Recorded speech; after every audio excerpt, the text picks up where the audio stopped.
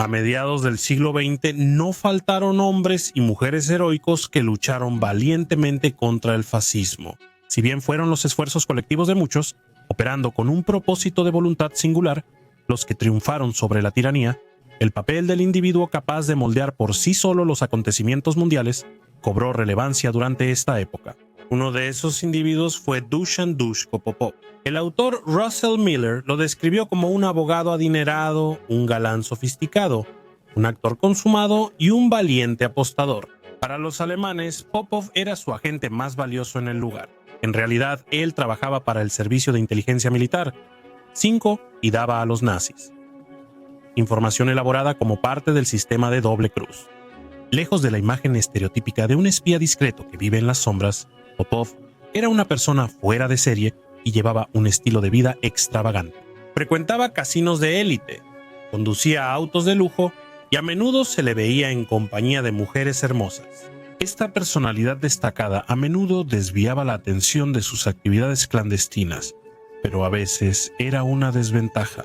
Las advertencias que dio al FBI sobre el inminente ataque a Pearl Harbor fueron descartadas como los desvaríos poco confiables de un degenerado moral. Para Dushko Popov, las apuestas siempre eran altas, ya fuera sentado en la mesa de Baccarat o frente a su contacto de la Abwehr. Desempeñó un papel fundamental en el éxito de la invasión aliada de Normandía y fue el prototipo de superespía que inspiró a Ian Fleming para crear a James Bond. Y esta es su historia.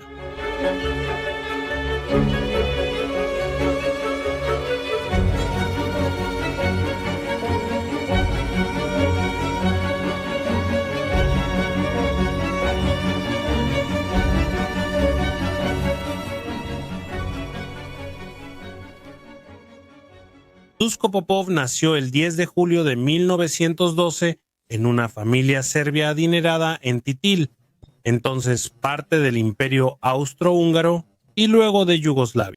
Popov creció en un mundo de privilegios e influencias cosmopolitas.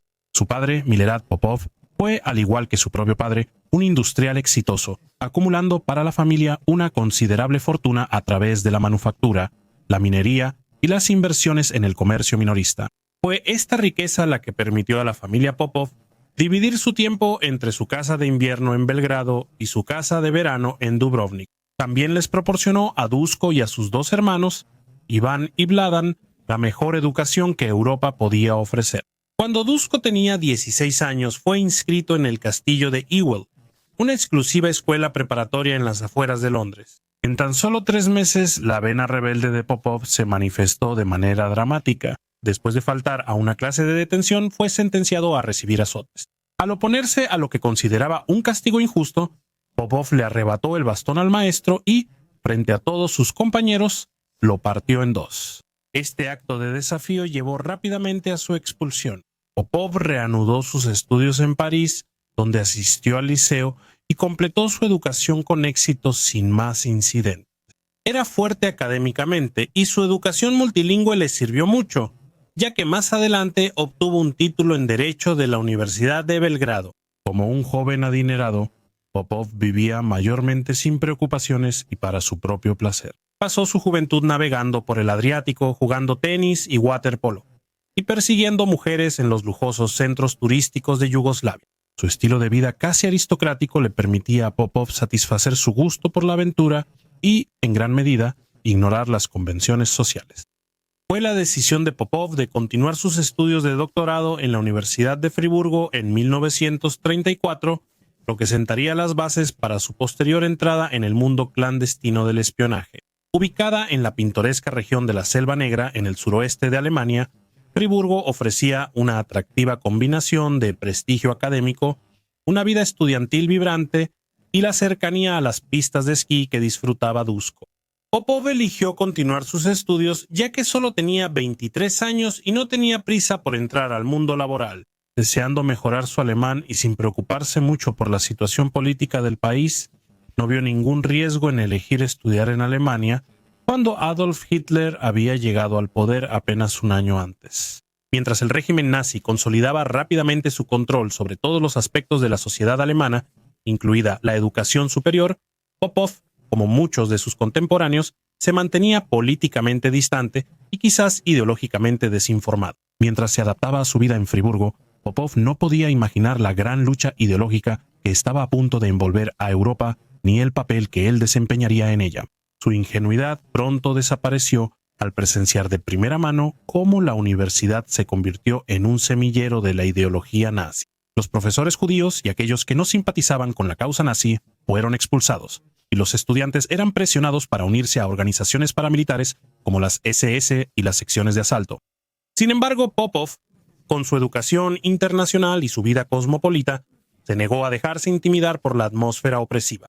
Formó una estrecha amistad con Johann Johnny Jepson y Freddy von Kargeneck, otros dos estudiantes extranjeros en la universidad que también provenían de entornos privilegiados. Freddy von Kargeneck descendía de una influyente familia católica alemana.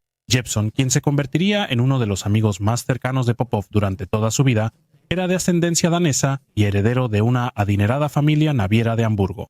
Con su atractivo físico y actitud segura, el trío se dedicaba a lo que más les gustaba: perseguir a mujeres hermosas y llevarlas en sus costosos autos deportivos. Los tres hombres, pese a su riqueza, fama de mujeriegos y pretensiones intelectuales, vieron que su rebeldía chocaba con la creciente opresión nazi.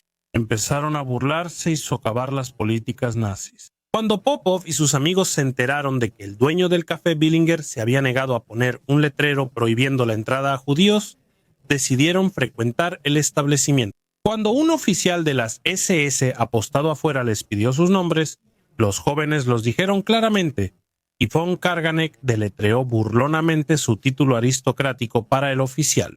Popov y sus amigos también lucharon contra la propaganda nazi en el campus. El Club Auslander, o Club de Estudiantes Extranjeros, organizaba debates frecuentes sobre temas sociales y políticos. Popov y sus amigos iban a estos debates por el estímulo intelectual y porque tras la cena de etiqueta, las mujeres podían unirse a bailar después de las 11 p.m. Pronto se hizo evidente para los tres amigos que los debates estaban siendo manipulados para favorecer las ideas nazis. Los estudiantes alemanes que participaban en los debates, de hecho, eran miembros del partido nazi. Seleccionaban los temas de debate y los preparaban semanas antes, buscando impresionar a los estudiantes extranjeros para que adoptaran la ideología nazi. Durante 18 meses, los tres rebeldes trabajaron en contra del sistema, preparando contraargumentos antes de los debates. Al igualar las condiciones, el trío logró evitar que las perspectivas nazis obtuvieran el apoyo de la mayoría, y el propio Popov pronunció dos discursos apasionados en defensa de la democracia. Esta rebeldía eventualmente alcanzó a Popov. Una vez que las SS tuvieron nombre, los problemas no tardarían en llegar. En 1937, Popov planeó un viaje a París para celebrar su tesis doctoral. Antes de partir, fue arrestado por la Gestapo. Durante 8 días fue sometido a intensos interrogatorios. Aunque evitó la tortura física, probablemente debido a su posición social, fue interrogado sin descanso hasta el punto de la extenuación y la incoherencia. Los captores querían obligar a su prisionero a confesar que era comunista y simpatizante de los judíos. Popov respondió únicamente que no era nazi. En el debido proceso lo llevaron a la prisión de Friburgo, donde estuvo en confinamiento solitario. Mientras tanto, el amigo de Popov, Johnny Jepson, había notado la ausencia conspicua de su amigo y comenzó a preocuparse. Tras investigar, Jepson supo que Popov languidecía en prisión. Logró enviar un mensaje al padre de Duško en Yugoslavia, quien, aprovechando sus conexiones influyentes, convenció al primer ministro yugoslavo de hablar con el alto líder nazi Hermann Göring. Después de un mes en la cárcel, Duško Popov fue liberado de manera silenciosa y repentina, con la condición de que abandonara Alemania en un plazo de 24 horas. Sin dudarlo, volvió a Dubrovnik en septiembre de 1937 para abrir su despacho jurídico. Su calvario a manos de la Gestapo hizo que el resentimiento de Popov hacia el totalitarismo nazi se convirtiera en un odio profundo. Popov estaba eternamente agradecido con su amigo Johnny Jepson por el papel que desempeñó al ayudar a asegurar su liberación de la Gestapo y esperaba algún día poder devolverle el favor. Duško Popov se ganaba la vida ejerciendo la abogacía mientras Europa se acercaba cada vez más a la guerra a finales de la década de 1930, cuando los ejércitos nazis y soviéticos cruzaron Polonia en septiembre de 1939, Popov pudo seguir disfrutando de su riqueza. Esto se debía en parte a la neutralidad de Yugoslavia en la guerra. Quiero tomarme un momento para hablarles sobre el patrocinador del video de hoy, Change. Changes es un canal de YouTube que está haciendo cosas increíbles en el ámbito de los documentales históricos. Utilizando arte original en 3D y animaciones, Change da vida a las historias de algunas de las figuras y criminales más infames de la historia. Puedo recomendar su video que detalla las últimas 24 horas de la vida de Adolf Hitler. Ahí conocerás todo sobre las acciones despreciables de los nazis en el Führerbunker al final de la guerra en Europa. Changes ofrece más documentales de calidad sobre criminales infames y habrá más próximamente. Puedes encontrar enlaces en la descripción y en el comentario fijado a su canal. En febrero de 1940 ocurrió un evento que puso a Duško Popov en un camino de vida completamente nuevo. Recibió un telegrama urgente de su amigo de la universidad, Johnny Jepson. Solicitaba una reunión urgente con Popov en Belgrado. Recordando la promesa a su viejo amigo, Popov fue de inmediato a Serbia.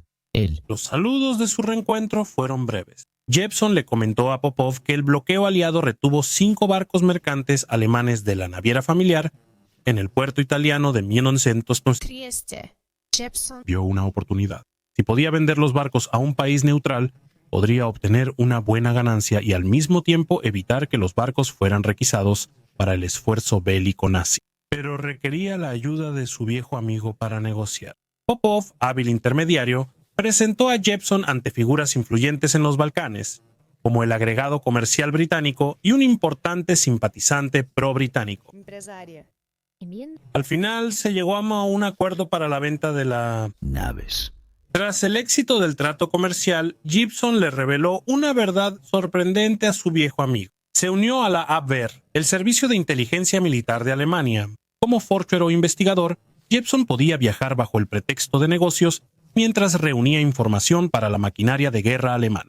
Popov puede que no se haya sorprendido tanto al escuchar las noticias de su amigo. Como muchos hombres alemanes de su época, Jepsen enfrentaba la posibilidad de ser reclutado en la Wehrmacht, lo que podría llevarlo a una tumba prematura en el frente. Al sopesar la posibilidad de convertirse en carne de cañón contra hacer un pacto fáustico, Jepsen eligió la autopreservación. La Abwehr estaba compuesta por muchos oficiales no nazis y estaba menos arraigada ideológicamente que muchas de sus organizaciones hermanas en Alemania. Como opositor al régimen nazi, Jepsen se colocó dentro de sus filas, lo que le dio la oportunidad única de influir potencialmente en los acontecimientos y mantener conexiones vitales más allá de las fronteras de Alemania. En la silenciosa intimidad de una habitación en el Hotel Rey Serbio en Belgrado, Jepsen le hizo una petición extraordinaria a su amigo. Quería que Popov lo ayudara en su misión actual para el Abwehr. Jepson. Había recibido la tarea de redactar un informe sobre los políticos franceses que podrían ser más propensos a cooperar con Alemania después de la anticipada caída de Francia. Propuesta puso a Popov en una encrucijada. Sus sentimientos antinazis estaban bien establecidos, ya que casi lo habían llevado a un campo de concentración solo unos años antes. Sin embargo, también sentía gran lealtad hacia Jepson. Su aversión al nazismo lo repelía de la idea de hacer cualquier cosa que pudiera servir para avanzar los intereses nazis, pero finalmente aceptó, con la condición de que lo hacía solo como amigo de Jepson. Aparte de su lealtad, Popov también pensó que su contacto en la legación británica, de quien sabía que tenía conexiones con el servicio de inteligencia militar, Seyss estaría interesado en recibir una copia del informe. Popov continuó con sus actividades y compromisos sociales, recopilando opiniones de diplomáticos, funcionarios y empresarios franceses. El resultado fue un consenso que creía que el ex primer ministro Pierre Laval era el principal candidato para gobernar Francia en nombre de los alemanes. Después de completar su informe, Popov escribió 2 copias a máquina, entregando una a su amigo Johnny Jepson y la otra la pasó subrepticiamente al primer secretario de la legación británica.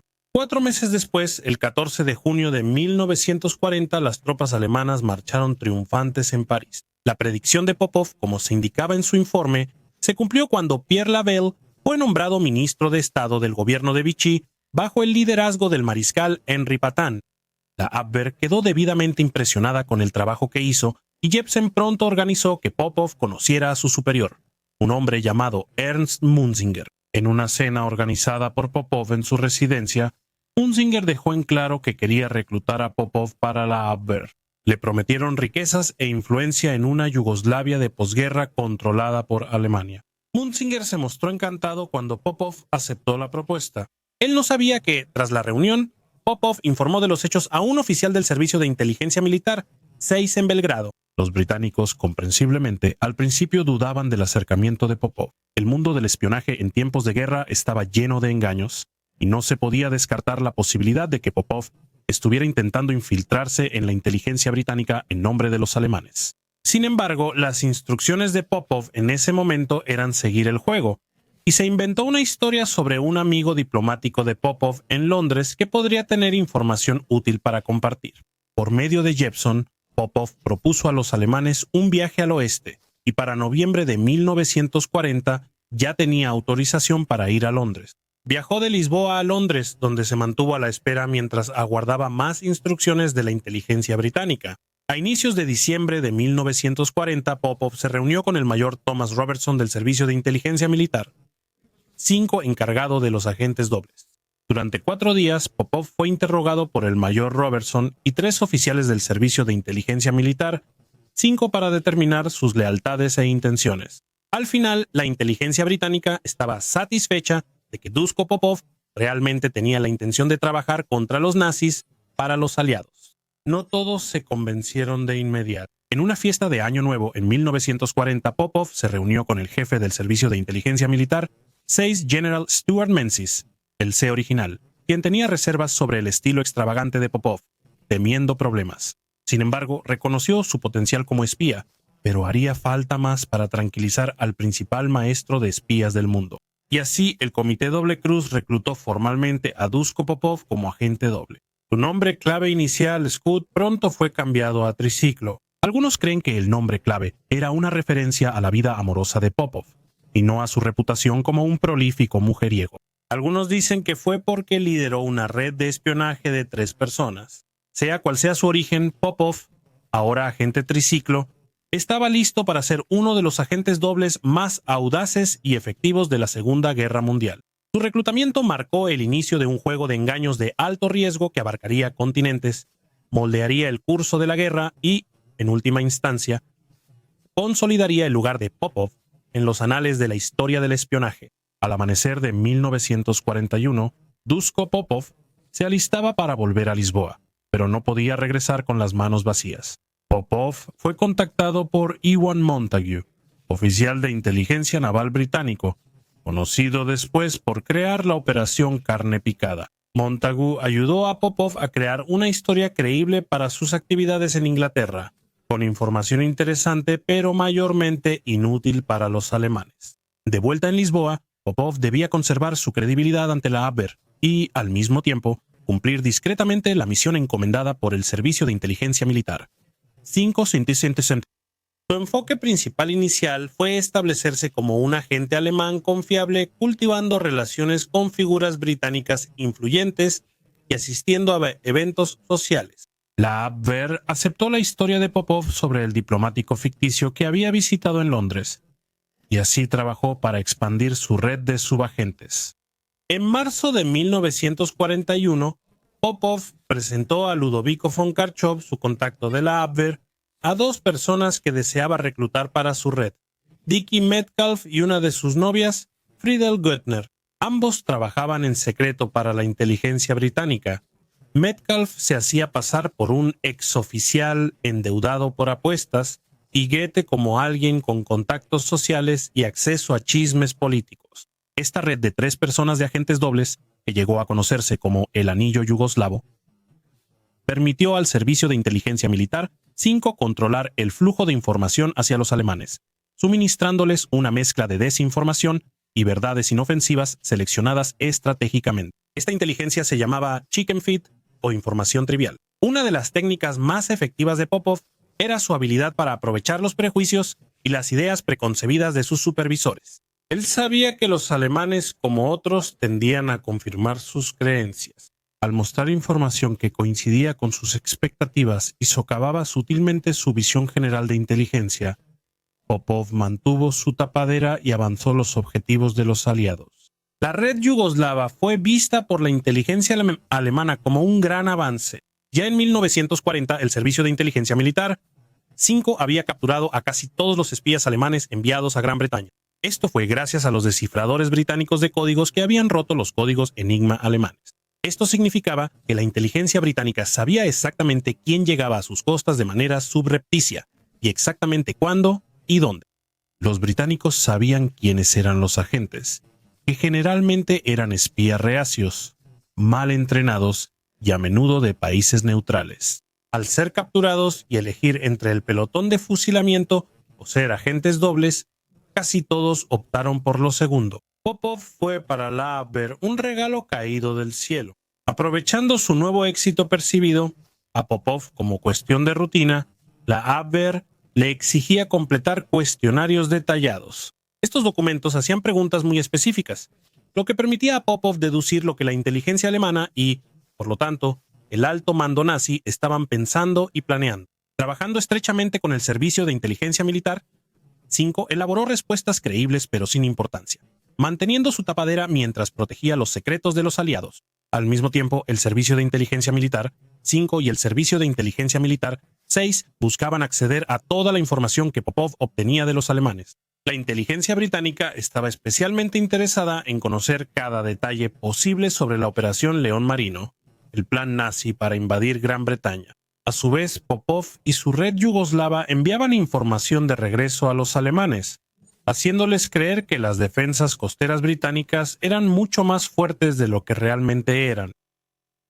Durante un tiempo, Popov continuó con su farsa, pero quería ser más que un simple comerciante de inteligencia, así que decidió idear un plan ingenioso que, irónicamente, resultaría en que el régimen nazi fuera despojado de sus valiosos marcos del Reich y financiara a la inteligencia británica.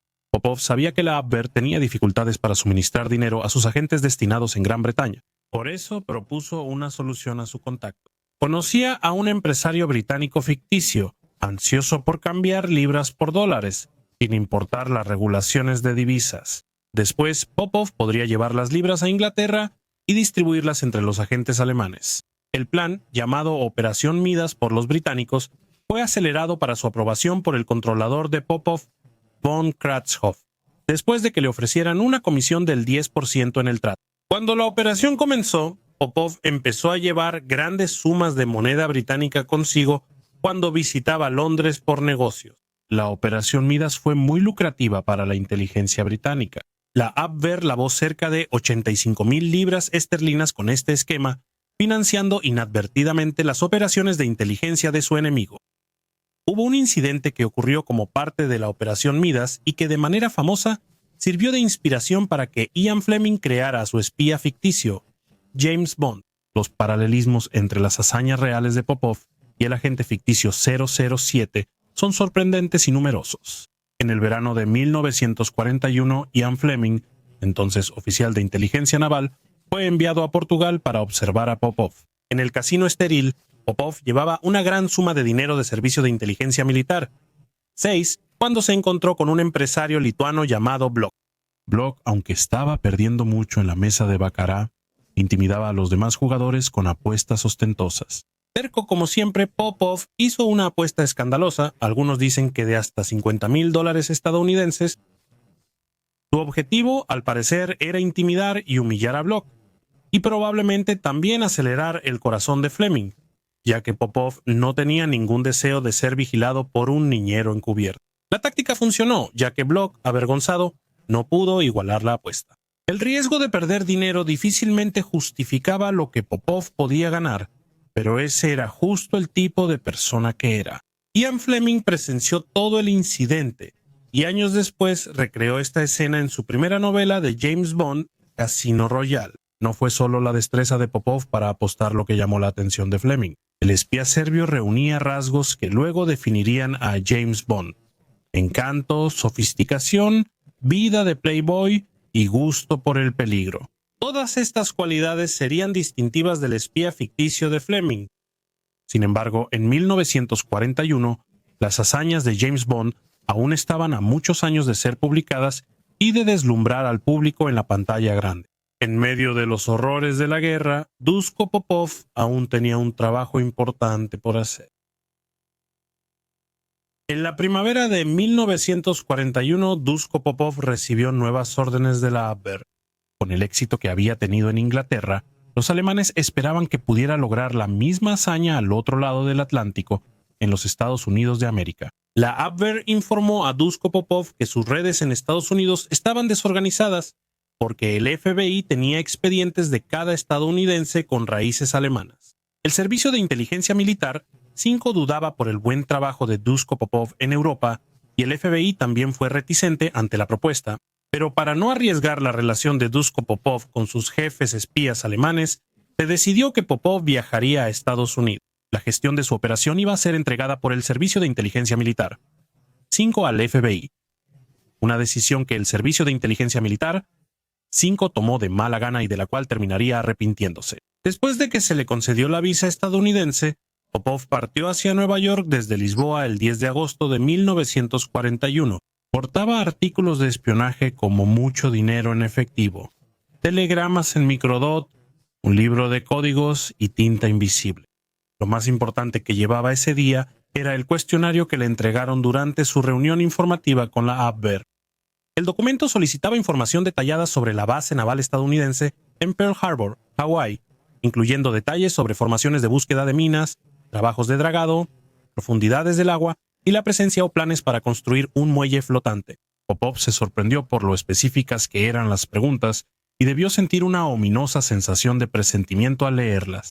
Recordó una conversación previa con Jeppson sobre una misión similar para investigar la base naval italiana en Tarento, que había sido atacada por la Real Fuerza Aérea y la Marina Británica el 11 de noviembre de 1940. Popov se enteró de que los japoneses estaban muy interesados en comprender la efectividad de ese ataque, ya que creían que era una buena manera de modelar sus propios futuros asaltos contra los aliados. Esto llevó a Popov a concluir que los japoneses probablemente planeaban atacar la flota estadounidense en Pearl Harbor. Al llegar a Nueva York el 12 de agosto, Popov se registró en el Hotel Waldorf Astoria.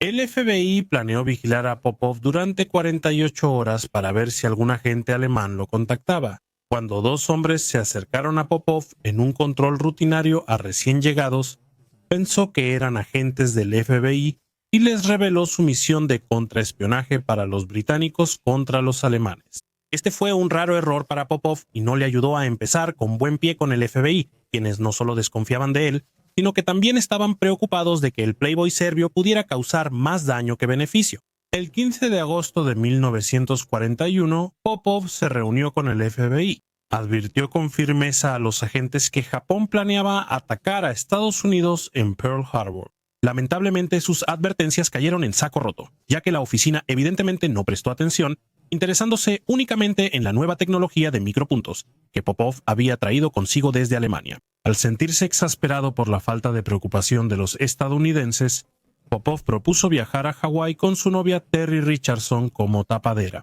Planeaba reunir más información sobre Pearl Harbor y demostrar su teoría al FBI. Esta idea fue rechazada rotundamente, lo que no solo puso en peligro la relación de Popov con la Abwehr, sino que también llevó a un deterioro en lo que quedaba de su relación con el FBI. La oficina no transmitió la información de Popov a las autoridades militares. Esto resultó ser una gran oportunidad perdida para potencialmente prevenir o mitigar el devastador ataque japonés que estaba por venir.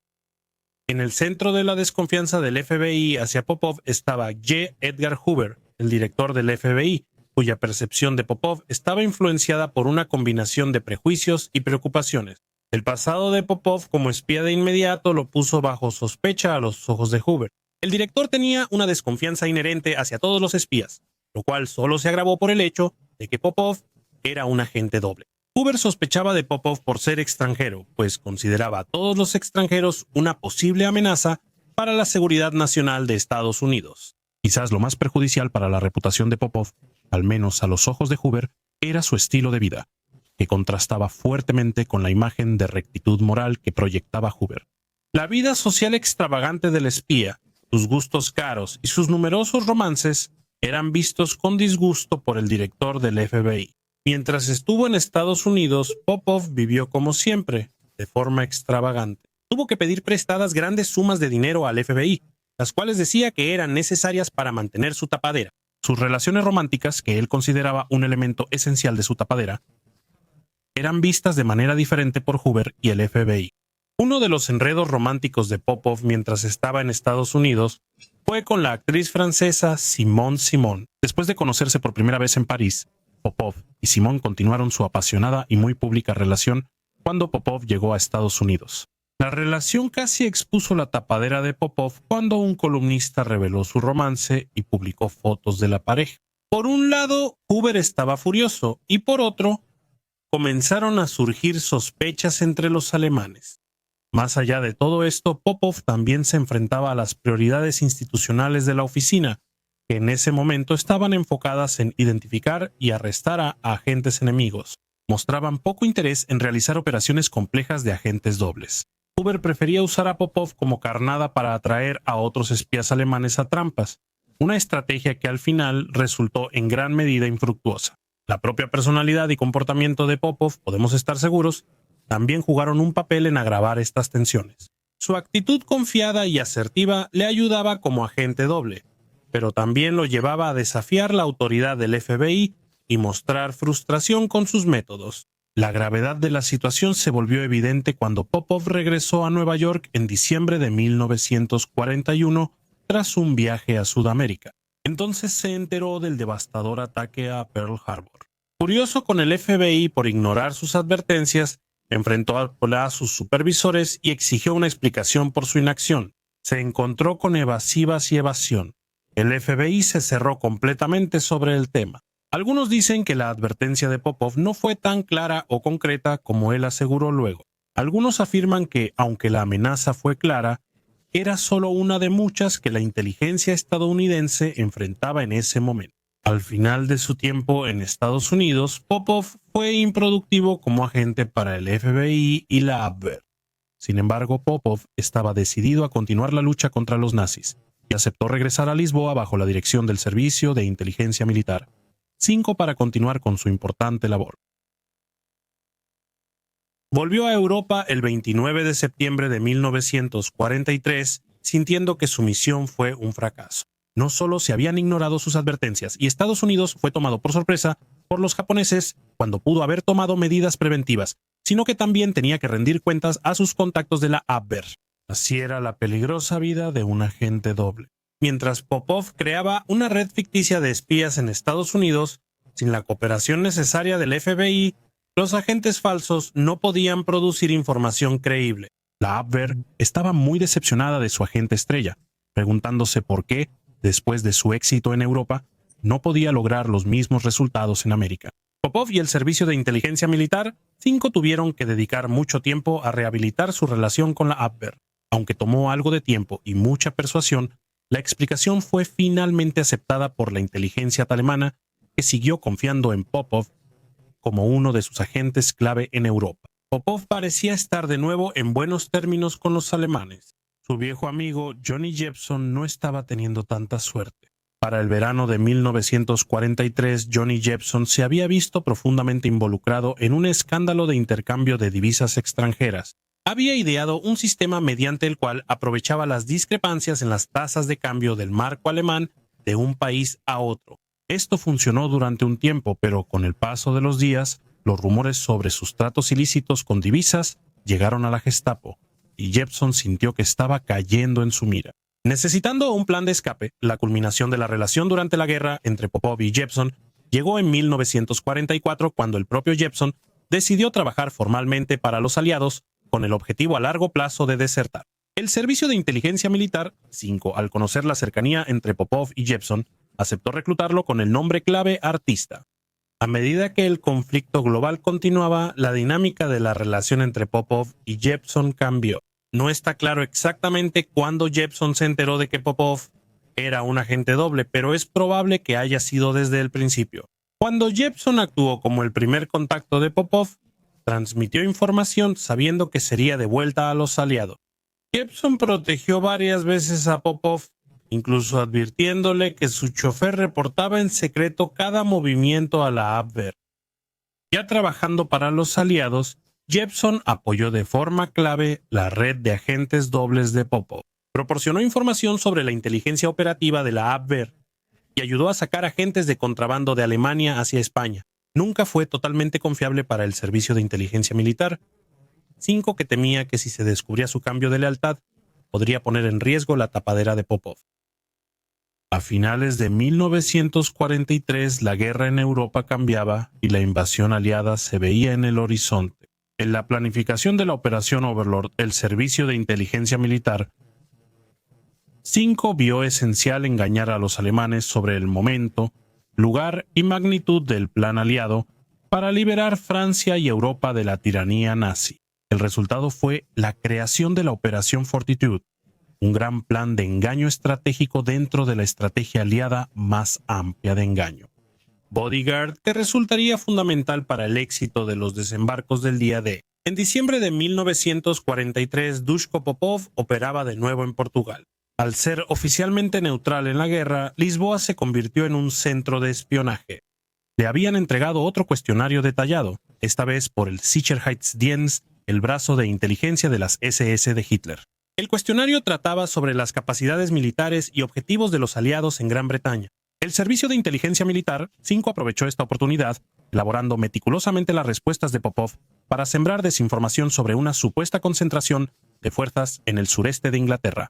Este engaño, que se mantuvo a través de varios agentes dobles que trabajaban como parte de Double Cross, tenía como objetivo reforzar la creencia de los alemanes de que la región de Paz de Calais sería el principal sitio de desembarco para la invasión europea, mientras que Normandía sería solo un desembarco de distracción menor. Popov también entregó informes detallados sobre el falso primer grupo de ejército de Estados Unidos. Primer grupo de ejército de Estados Unidos, supuestamente liderado por el general Jorge Patton. Este ejército fantasma, solo existente en papel y accesorios inflables, fue clave en el plan de engaño de los aliados. Los informes de Popov ayudaron a solidificar la creencia alemana de que esta fuerza era real y estaba lista para atacar en Calais. Al mes siguiente, Popov se reunió con su hermano en Lisboa. Arvo Popov, quien también se había convertido en un agente doble bajo el nombre en clave Dreadnought, desempeñó un papel crucial al reforzar la historia de encubrimiento de su hermano. Haciéndose pasar por un oficial yugoslavo pro-alemán, Avo le proporcionó a Popov información adicional fabricada sobre supuestos planes aliados, reforzando aún más el engaño respecto al paso de Calais. En abril de 1944, Popov fue a Londres para reunirse con el Servicio de Inteligencia Militar 5 y recibir instrucciones antes de volver a Lisboa. Se sometió a un entrenamiento exhaustivo, incluyendo visitas a las zonas mencionadas en sus informes fabricados, para mejorar su capacidad de resistir los interrogatorios de la Sicherheitsdienst. Cuando regresó a Lisboa a finales de abril o principios de mayo de 1944, Popov enfrentó un intenso interrogatorio de 2 días por parte de Alois Schreiber, un alto oficial de la Sicherheitsdienst enviado desde Berlín para interrogar a su agente. Afortunadamente, el amigo de Popov, Jepson, estuvo presente en el interrogatorio y logró sembrar confianza con el interrogador de la Sicherheitsdienst y guiar el resultado a favor de Popov. Bajo una enorme presión para mantener su historia coherente y evitar contradicciones, Popov resistió exitosamente el escrutinio, convenciendo a Schreiber de la autenticidad de sus informes fabricados. Cuando los planes aliados para recuperar Europa alcanzaban su punto culminante, Popov recibió una noticia devastadora. El 7 de mayo de 1944, el Servicio de Inteligencia Militar 5 informó a Popov que Jepson no asistió a una reunión con su contacto y se desconocía su paradero. El destino parecía haber intervenido de manera cruel. La desaparición sucedió pocos días antes de que la inteligencia británica planeaba rescatar a Jepsen. Pronto se estableció que el 29 de abril de 1944, Jepsen había sido drogado, secuestrado y llevado a través de las fronteras desde Lisboa hasta Berlín. Estaba detenido en Prinz Albrechtstraße, la infame prisión de la Gestapo. De ahí fue trasladado al campo de concentración de Sachsenhausen, donde enfrentó un destino sombrío. Popov se juró a sí mismo que, en cuanto las circunstancias lo permitieran, haría todo lo posible por encontrar a su amigo. El 6 de junio de 1944, los aliados invadieron Normandía en el día D. El alto mando alemán, aún convencido de que el ataque principal sería en Paz de Calais, retuvo sus reservas, permitiendo que los aliados aseguraran una posición en Francia. El papel de Popov en la Operación Fortitude, junto con el trabajo de otros agentes dobles clave como Bronx, Brutus, Treasure y Garbo, resultó fundamental para el éxito del engaño del día D. Al proporcionar un flujo constante de informes de inteligencia convincentes, pero completamente fabricados, estos agentes desempeñaron un papel crucial para desviar la atención alemana de Normandía. La valiosa contribución de Popov a la Operación Fortitude fue extremadamente arriesgada debido a su cercanía y contacto personal frecuente con la Abwehr. Por muy importante que fuera el papel de Popov, él era solo un agente dentro de una compleja red de espías y desinformación. La compleja operación dependía del éxito total de la suma de sus partes, desde los agentes dobles, diplomáticos, operadores de radio, quienes descifraban códigos en Bletchley Park, y todos los hombres y mujeres involucrados en la fabricación de instalaciones y equipos militares falsos. Cada uno de estos representaba un eslabón en la cadena que, si se rompía, podría haber arruinado todo el plan de invasión. Después del día D, y mientras los aliados avanzaban por Francia en su misión final hacia Berlín, el papel de Duško Popov como agente doble naturalmente comenzó a disminuir. La influencia de la Abwehr estaba disminuyendo, y el enfoque de los aliados en la guerra cambió. El 8 de mayo de 1945 los aliados aceptaron la rendición incondicional de la Alemania nazi en la Segunda Guerra Mundial. Duško Popov tenía todo el derecho de celebrar la trascendental victoria sobre el régimen contra el que había luchado durante tantos años. Sin embargo, no pudo descansar y en su lugar decidió embarcarse en una última misión, una búsqueda personal de justicia para su amigo Johnny Jepson. En octubre de 1945, Popov viajó a París para investigar y buscar a su amigo. Sus peores temores se confirmaron al saber que Jepsen fue torturado y ejecutado en Sachsenhausen. Johnny Jepsen fue valiente hasta la muerte y no reveló la verdadera identidad de Popov ni ningún otro secreto de los aliados. Popov también conocía el nombre del comandante del campo de concentración que ordenó la muerte de su amigo. En un encuentro escalofriante descrito en sus memorias, después de localizar a Walter Sulzer, Popov lo llevó a una zona boscosa apartada donde lo obligó a arrodillarse. Apuntando con una pistola cargada a la cabeza del hombre, Popov no apretó el gatillo, incapaz de ejecutar una sentencia que muchos considerarían justificada. El servicio de Popov en la guerra no pasó desapercibido. El 28 de noviembre de 1947, Popov fue condecorado con la Orden del Imperio Británico. El premio solía entregarse en el Palacio de Buckingham. El servicio de inteligencia militar 5 seguía siendo reservado sobre sus agentes de guerra, así que como era apropiado para Duško Popov, el honor se le otorgó en el bar de cócteles del Hotel Ritz de Londres en Piccadilly. El reconocimiento fue agridulce. La muerte de su amigo Jepson ensombreció su triunfo, recordándole el costo personal de los peligrosos juegos en los que participaba. Al adaptarse a la vida en paz, Popov usó sus conexiones internacionales y experiencia en negocios para construir otra exitosa carrera. Se estableció en el comercio de importación y exportación, un campo que le había servido como tapadera durante la guerra. Sin embargo, Popov nunca logró dejar atrás el mundo de la intriga que marcó su vida. Durante muchos años después de la guerra, Popov permaneció en silencio sobre sus hazañas como agente doble. En 1972, el libro de Sir John Masterman, El sistema de doble cruz, reveló las operaciones de inteligencia británicas durante la guerra. La revelación de la participación de Popov en la operación en el libro de Masterman permitió la publicación en 1974 de sus memorias, Espía contra espía. Finalmente, al poder compartir su propia historia, el libro fue una sensación, ofreciendo a los lectores una mirada al peligroso mundo de un verdadero agente doble en tiempos de guerra. La publicación del libro no estuvo exenta de controversia. El FBI, aún protegiendo el legado de J. Edgar Hoover, intentó sin éxito bloquear la publicación del libro. Popov presentó su versión en Estados Unidos, afirmando que Hoover y el FBI desatendieron sus claras advertencias sobre Pearl Harbor. Los 3 hijos de Popov y su segunda esposa no sabían nada del pasado clandestino de su padre y esposo hasta la publicación del libro. Popov tal vez jugó un poco con la verdad, con ciertos adornos e inexactitudes. Sin embargo, sigue siendo una buena lectura como testimonio de un verdadero agente secreto. Popov reflexionó sobre las ambigüedades morales de su trabajo, reconociendo las difíciles decisiones que tuvo que tomar en el camino. Él escribió: Para sobrevivir a los múltiples peligros del espionaje, es mejor no tomarse las cosas demasiado en serio. El truco, creo yo, es ser alegre sin ser superficial. Esta perspectiva quizá insinúa cómo Popov logró reconciliar su despreocupación ante la amenaza y el peligro constantes. La vida de Dushko Popov después de la guerra fue, en muchos sentidos, un epílogo de sus aventuras durante la guerra. Jugó un papel clave en un gran conflicto.